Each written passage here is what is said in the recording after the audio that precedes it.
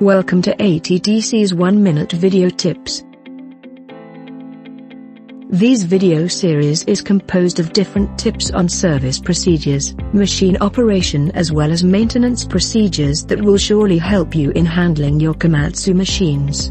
Disclaimer: this video serves as an additional guide and should not be used in replacement of the Komatsu's shop manuals and operator and maintenance manuals or OMM. For the complete procedures, please always refer to the Komatsu manuals. As mentioned, how to adjust transmission cut-off position, applicable models, WA320 and up.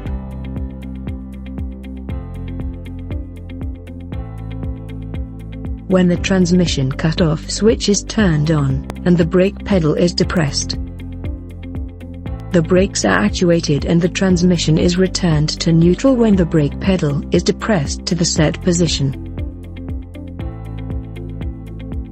So this makes it easy to control and allows the machine to be brought to a soft stop when approaching dump trucks during loading operations. The brake pedal position by which the cut-off system is actuated can be adjusted by using the transmission cut-off set switch located on the right switch panel. Start the engine with the starting switch, then set the parking brake switch to on position.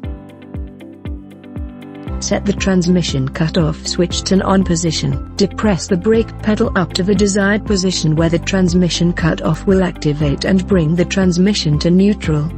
Press the transmission cut-off set switch, then release it. When the switch is released, the buzzer will make a short double beep sound confirming that the transmission cut-off position has been successfully set. Method of cancelling cut-off position: press the transmission cut-off switch to on position, then press the transmission cut-off set switch once. You will hear 2 beeps. After that, long press the transmission cut-off set switch.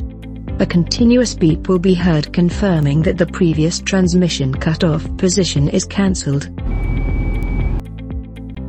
Thank you very much for watching this video. Please stay tuned for more video updates.